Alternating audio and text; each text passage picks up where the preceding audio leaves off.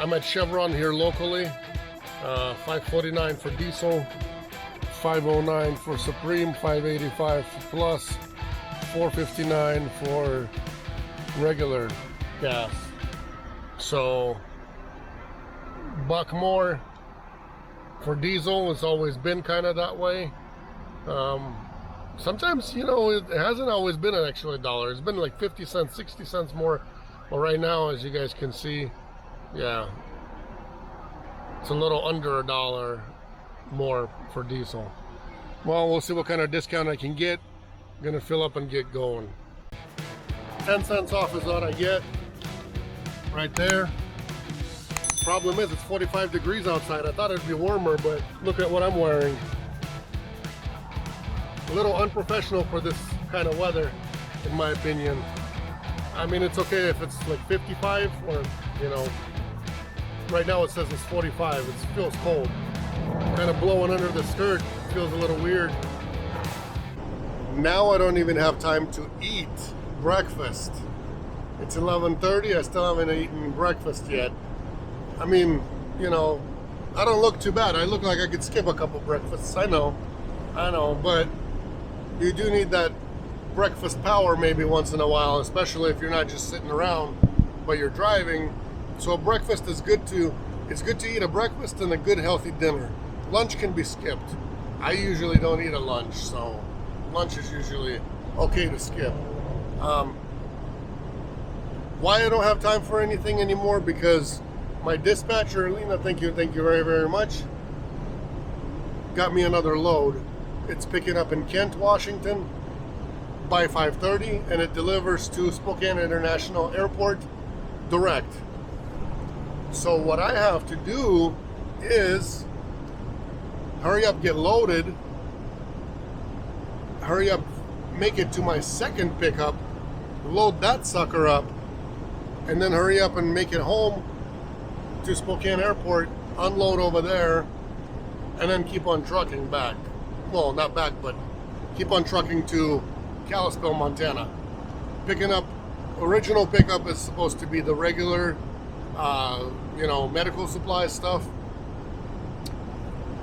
And it now delivers. The thing is, now people don't have the pleasure of sitting around, screwing around, taking their sweet time, stretching it out for 3 days. Now that load delivers Tuesday morning at 8 a.m.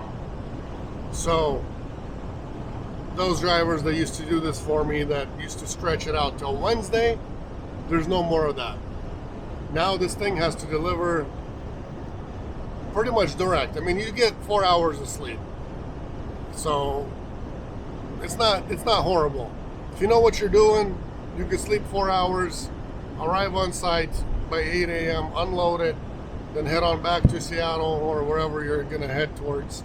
It's very doable. I mean, it's not bad. For me, it turns out to be a lot of miles because I gotta drive 300 to pick up, and then 570 or something to delivery, and then another 250 back home. So in the end, you know, my stuff was like 1,100 miles round trip or so. But for others, if they're just sitting in Seattle area waiting for this load, you know, then it's not bad. Then all you're driving is just, you know, you're almost 600 miles, got 4 hours of sleep in between, unload in the morning, and then, you know, you're done. So it's not horrible. Not horrible at all. The only problem I think I might have, I'm kind of thinking ahead, maybe it's too much thinking ahead, but I think that I might not get unloaded at the airport tonight because I don't know how late that loading dock is open. I don't know where, you know, I don't know where it goes. The thing is, the airport has a big address, and I don't know if it's going to some airline or what it is, you know what I mean? I have no idea. Maybe their paperwork might have something. Maybe a packing slip will help me out, but that's just going to be determined when I pick it up. So far, I'm going to be in the dark. I'm asking broker, but these guys are not bright at all. You know, Panther Logistics, I'm sorry, but you guys never have the right answers. It's always forever, forever, forever. I know the bigger the company, the more you got to deal with. Sorry, but that's just the hard truth. take it with a grain of salt.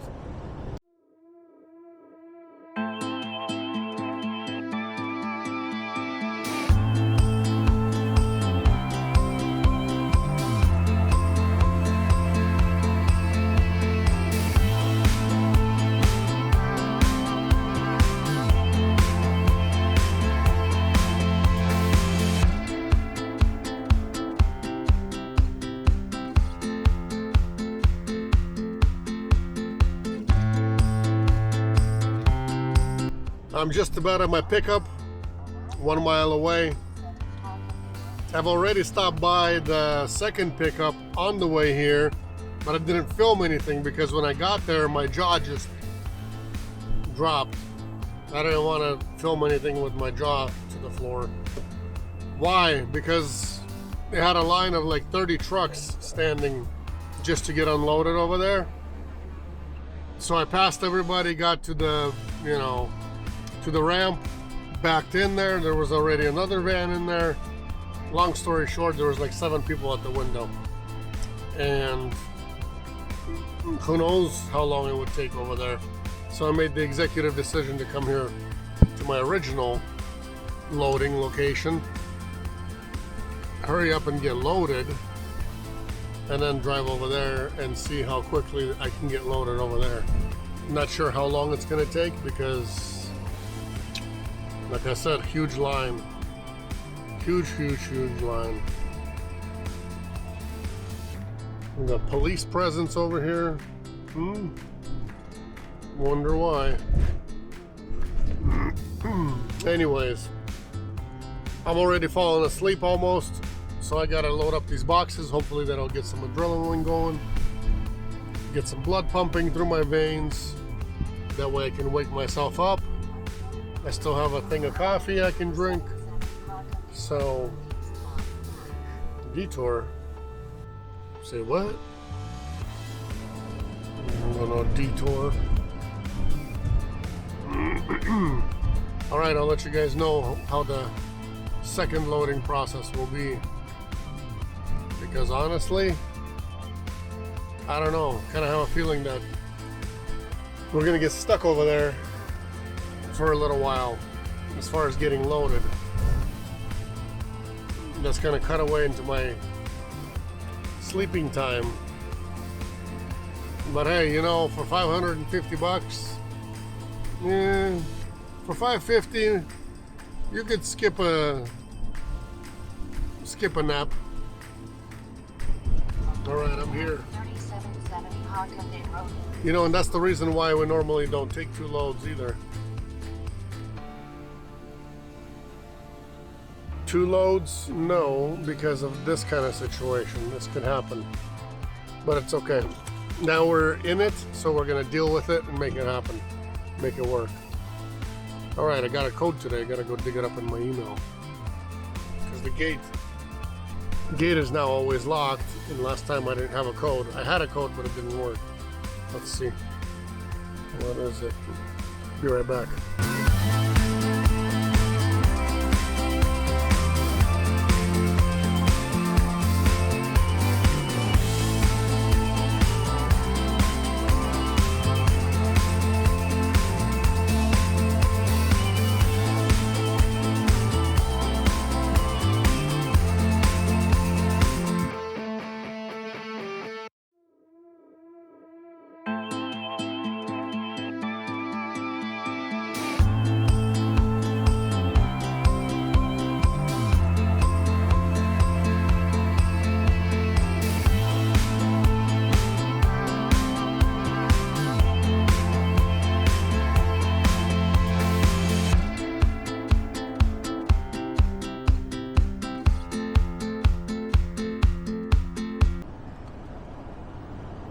I'm loaded. Already wiped myself off. I was all wet. Those 2 pallets, those were heavy boxes. They're not like usual paper towels and, soaps and stuff like that they all normally have. This time they had a bunch of gloves. I think maybe because gloves are going up in price. So these guys are probably stocking up on gloves. A lot of times people do that. Whatever's going up in price, they'll stock up on that stuff. But anyways, I got it loaded. Pretty tall. You guys saw how tall those pallets were. They're pretty tall. So I left myself room for 2 pallets. And I don't know exactly the dimension of this second pickup, but I left myself room for 2 pallets. If it's anything more than that, then I guess it's gonna have to go up on the roof, and I don't even have a ladder. So I got straps, but I don't have a ladder. I don't know how that would work. One piece, hopefully it's not gonna be 16 feet long, because if it is 16 feet long, then I don't know where the rest of the freight's gonna go. We shall see. Let's get there. I got 38 minutes to go, and I'll be there. And like I said, I'm prepared to wait. Because I guarantee it's going to be a waiting time over there. Because I saw the amount of semi trucks that were in line to get in, just to get in. Plus all the other ones that were already there and backed into some docks or waiting to get backed in. I'm not sure how the system works over there, but yeah, I was tired. Now I'm like 50-50 tired. I'm tired, but I'm not tired. I guess if I stand over there, I won't be tired anymore. Perfect example why normally we do not do 2 loads, even if it's going towards the delivery, even though if it's going in the same town, so on and so forth. Here's why. Here's a big list of what is missing on this load. So it's missing a customs release. It's missing, they're needing a new revised delivery order now saying that Eagle Express is to pick this up. And then there's charges that need to be paid of $134.32. So all that needs to happen first before the freight gets to get released, before we can pick it up. I don't know how long it's going to take them to do this, when it's going to be ready, so on and so forth, but that's just what it is, and that's what we're waiting for. So I'll wait a little bit, not for too long, but a little bit, and see what happens. And if it cuts in way too much into my other delivery and into my delivery time, then obviously we're just gonna, I don't know, leave this place and tell them we can't pick it up. What else can we do? What's up, guys? A quick update for you. I did not pick up the second load. Still, things haven't been figured out with it. Panther's one of the worst people to deal with. Them and a few other ones that I'm not going to mention on the air. But they know they're bad. I don't even have to say it. And Panther, if you're watching, I'm sorry again, but it's the truth. Half of your loads are cancels anyways. And, in between that half, 25% of them are with problems as well. So only 25% of all your freight that we get. Maybe we just have bad luck, I'm not sure, but so far only about 25% of your loads are actually loads without problems or without issues getting loaded, unloaded, weight, piece count, all that stuff. I don't know. This load, they told me it's been there since like been ready to go since like the 22nd. And whoever booked this, they should know that there's late fees, that there's, release forms that need to be, all that stuff. So they should have called over there and they should have spoken to somebody, and somebody should have told them what's happening. And believe it or not, even I called over there and they told me that the load is there and it's been there and it's ready to go. But they did not say that there's release forms needed and all that stuff, which, when somebody comes and picks up a freight like that from the airline, I guess, they're supposed to bring paperwork, and Panther and their customer, they should have known that. Obviously, they never know anything. That's why we're dealing with these problems. But in the end, long story short, no second load for me. I am going to request at least $150, but I'm going to try to go for $250 for them, and for all the time wasted. I've been there twice. So we're gonna see what they can pay. I'm sure they'll pay at least about 150 at the very, very most when I pressure them really hard. So I mean, 150 bucks gets me about 500 miles worth of fuel. So even that helps for the 500 miles. Yes, I did waste time. Yes, it took away a lot of hours of my sleep that I could have had, but hey, it's part of the deal, part of the business. It's not always easy money, just like I've been always telling people. It's not just, you show up, you get loaded, and you go. You do deal with stuff like this, and it does happen more times than needed, and it's just part of the job. Nobody can do anything about it. Even though I called ahead of time just to make sure that the freight was there, even though I did ask broker for Panther for that pickup number, they never gave anything. If I would have arrived over there, I would have had to wait hours for that. They did give us that after asking like 3 times. So I mean, it's just somebody to deal with that, I don't know, hard to deal with people that don't know anything. The bigger the company, the worse it is, the longer it takes to get answers, if you even get any kind of an answer. So, just so you guys know, working with Panther, it's a problem. If you guys are driving for Panther, yeah, I don't know, you can write it in the comments and let me know how it's like driving for Panther directly, because when we're booking loads through their brokerage department and getting them, we always have issues. So it's inevitable. Happens more times than it needs to happen. For some drivers it happens less. For some drivers it happens more. Some are prone to cancel. Some are just, yeah, it's one of those things. It happens, but what can I do? I'm just glad that I didn't drive all the way from actually Spokane and came over there to pick it up. But, if it would have been that, then, we would be asking for a lot more money than this. But it's okay. It might work out okay. They'll pay me a tonu, and then tomorrow, maybe once they figure things out, they'll pay our other driver to deliver it back to Spokane, and he's coming here anyways. What do these people do? Oh, that old man is in the bushes.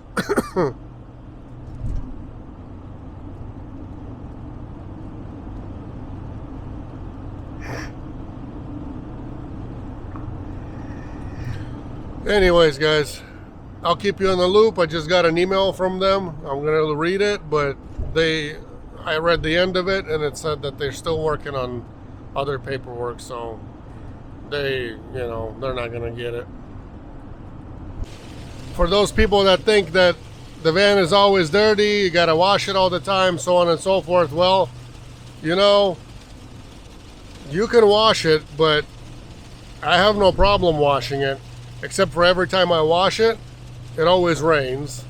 That's first thing. Second thing, if I wash it and don't go anywhere and let it just sit there, I'm okay with it raining on it. But most of the time, 90% of the time, the load is picking up either in Seattle, either in Portland, or it could be picking up, somewhere in Oregon where you got to go through the mountains and stuff. Or it's picking up in Montana where you got to go through a couple of passes. Long story short, you got to drive through the rain anyways, and you're going to get it dirty and all that good stuff too. So what's the point of washing it? And you know what? Like the guys that have the white vans, it's not so bad having a white van versus a dark one. You can't really see that it's not washed, because if you're driving through the rain washes it for you and you're good to go. Darker colors and black colors, you constantly have to wash them. And then you got to look at it and buff it and wax it and so on and so forth, because you can see all the scratches versus white. White is the best color to get for this kind of job, guys. It really is. Or silver. I had a silver one. Silver was pretty good. Before the silver one, I had a blue one. And blue one, that was the same thing. I hate blue. I hate the color of blue, period. And I don't know. I got rid of that van. Even though I could have kept on driving it, would have been okay. But I got rid of it. Half of it was because of the color. I hated blue.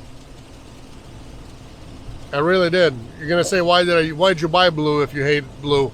Well, because I needed a van real bad, and there was nothing else except for that blue one. I drove to Seattle like 3 times to look at vans, and came back 2 times empty-handed. This was when I first was looking for one, and they're promising one thing, but when you get there and looking at it, it's something totally different. And driving 300 miles each way, you guys know that, you know, you're wasting a whole day plus fuel. So I got mad, and when I came to look at the blue one, I just bought it. I just bought it because I was tired of coming out there and looking and just coming home empty-handed. So I bought it. It did the job for me. I don't know, what did I put on there? I think I put on about 150,000 miles on it or so. Did the job. May 9th, and we're dealing with snow in the pass. Today's actually the day that the whole Europe pretty much celebrates for winning World War II. I know US thinks they won it, but you know, it was on Russian soil, or the old Soviet Union soil, and those guys are celebrating today, May 9th, the whole Europe, everybody, Russia, Ukraine, a lot of the countries that were involved in World War II, they're celebrating the end of World War II and the win. And we're dealing with snow. It's springtime out there, and we're dealing with snow, May 9th. I'm surprised they didn't do chains required. They've done it when there was nothing. It's a bit slushy out here, got to slow it down. Doing like 65 out here, but yeah, just wanted to show you guys. May 9th, and it's snowing. 527, as you guys can see, is what diesel cost is. Well, they gave me 2 cents off. It's like 529 here. State line, exit 0, Idaho and Washington.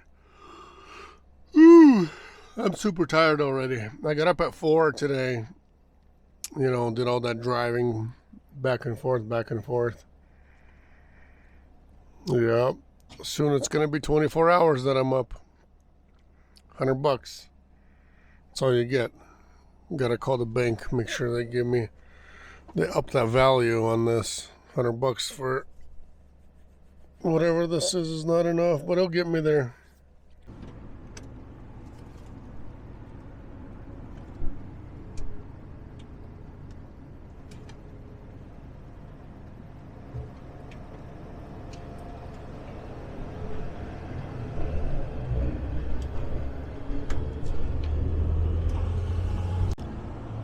Early morning, I'm still driving to delivery, and you guys see all those elk?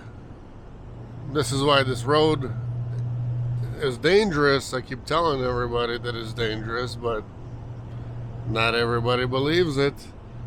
Just also had a deer at full blast, not just start running, but he was running like there was woods kind of like this, but a lot thicker. That sucker was running at full blast. I mean, maybe 3 seconds right in front of me, and I would have, if I was there a little bit earlier, 3 seconds earlier or so, I would have clipped him. But just with me braking and where he was, that guy was running full blast. Didn't even bother to stop or look to the side or anything.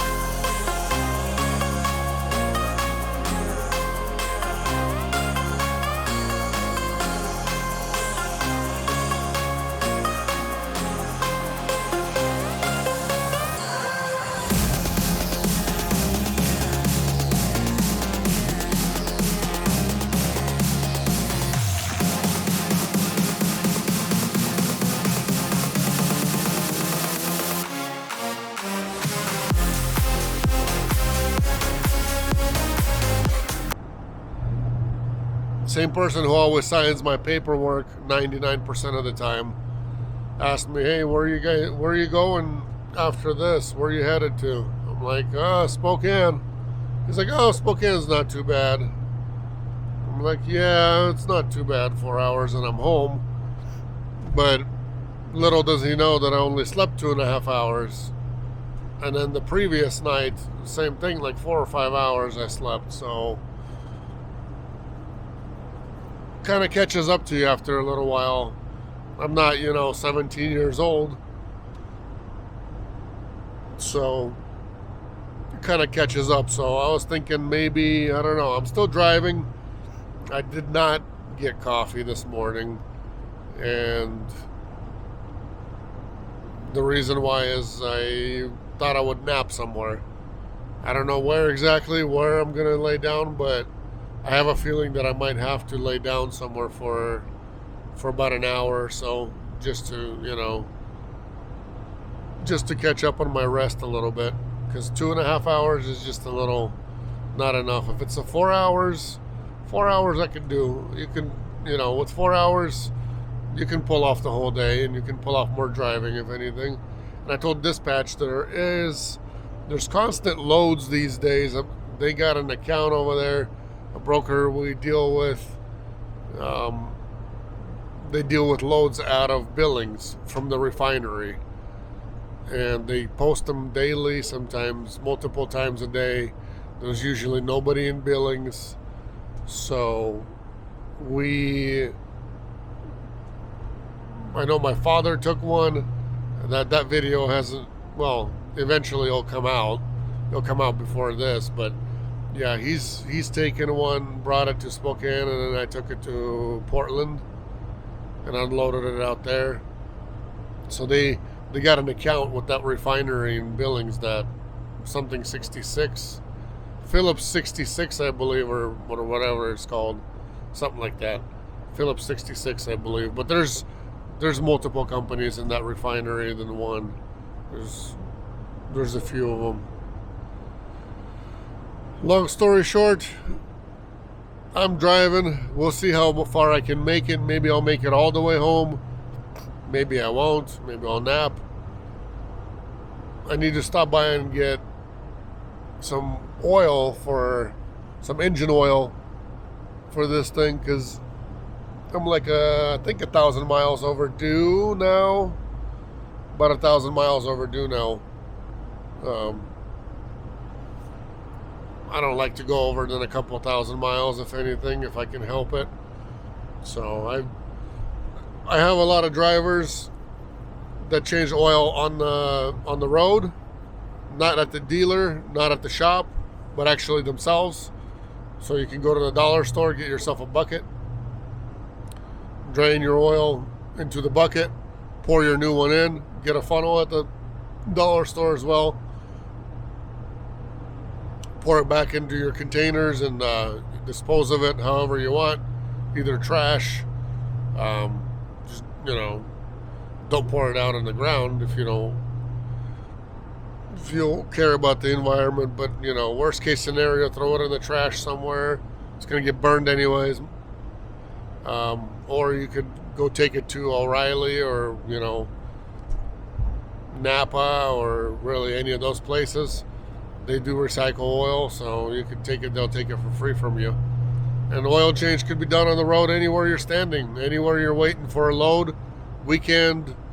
If you got an hour to do it, whatever. It doesn't take too long to get it done. I know it takes me like 15 minutes to do it.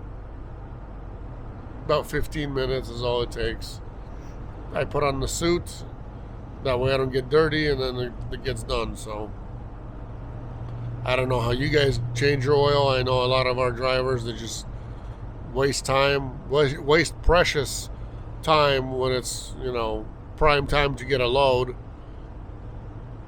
and go find a dealership and go, sit there for half a day to get it done. I don't see the point of even paying money for somebody else to change your oil when it could be done all by yourself.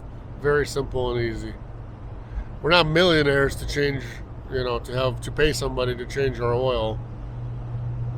Whatever you can save, Dollar saved is a dollar earned, guys. Sometimes I push the gas pedal with my left foot instead of the right. You're gonna say, how is this possible? It's very possible. Look at that. I kind of sit like this. My left is on the gas, and my right is just chilling over here. Why I do this? Because a couple of days ago, I do it sometimes when my foot hurts and stuff like that, just from, you know, from doing 1,000 miles nonstop, pushing it. No cruise control still in this van. Pushing it with the right foot. I noticed a couple of days ago and confirmed it with my wife that my right foot is bigger than my left. So it's got more muscle mass on there than versus my left. It's very noticeable, actually. I noticed it in my jeans, that some of my jeans were tighter on my right foot for some reason. I thought it was just kind of like, it was just here and there, here and there. And then I'm like, wait a minute. I looked in the mirror. I'm like, whoa, look at that. My right foot's bigger than my left.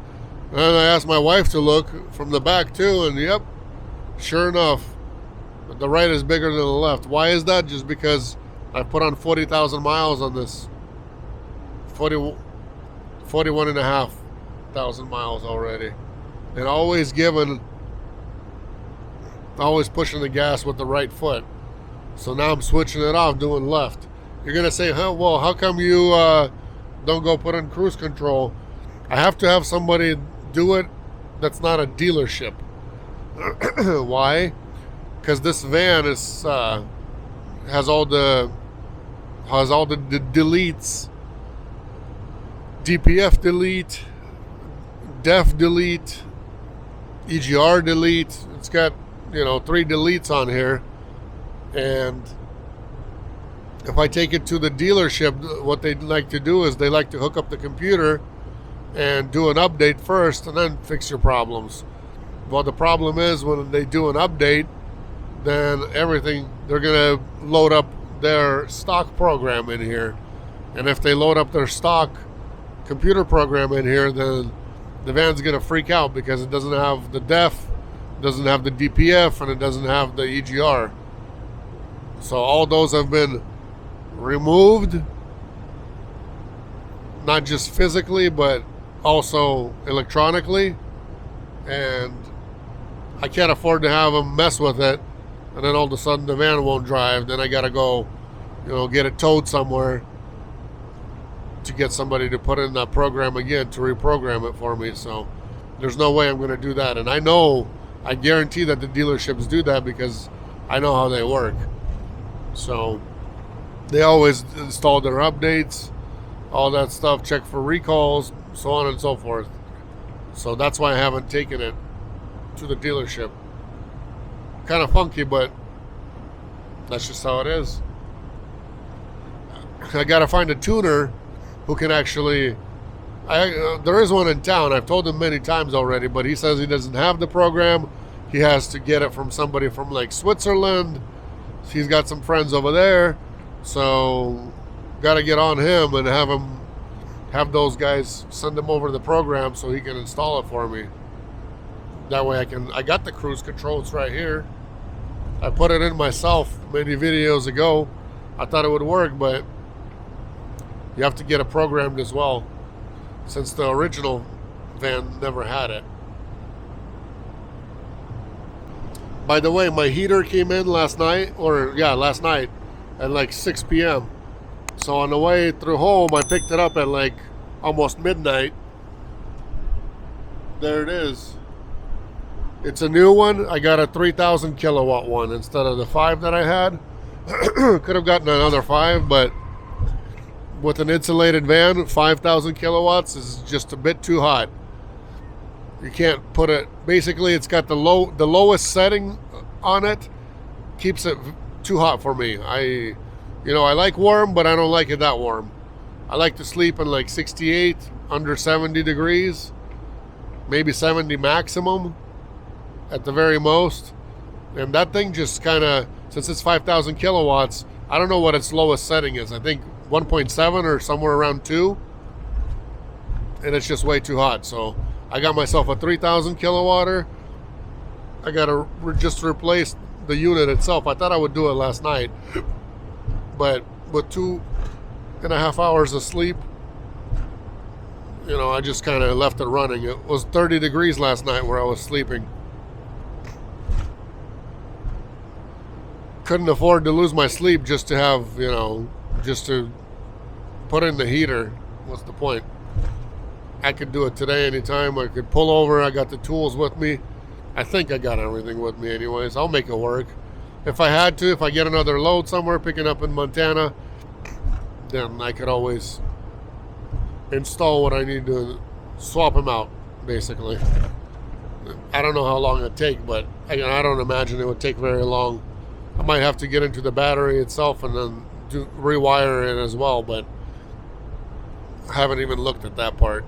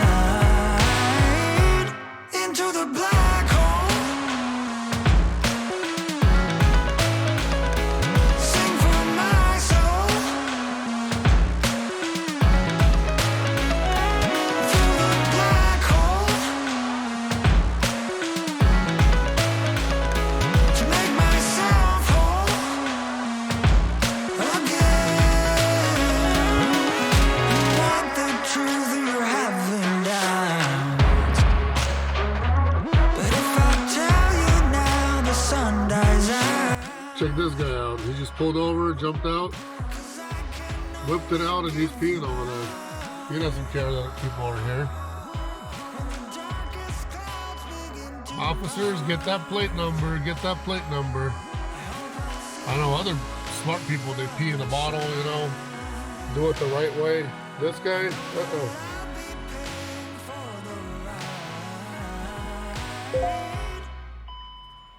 Well, what are you gonna do? He's an old man. Better than peeing in your pants.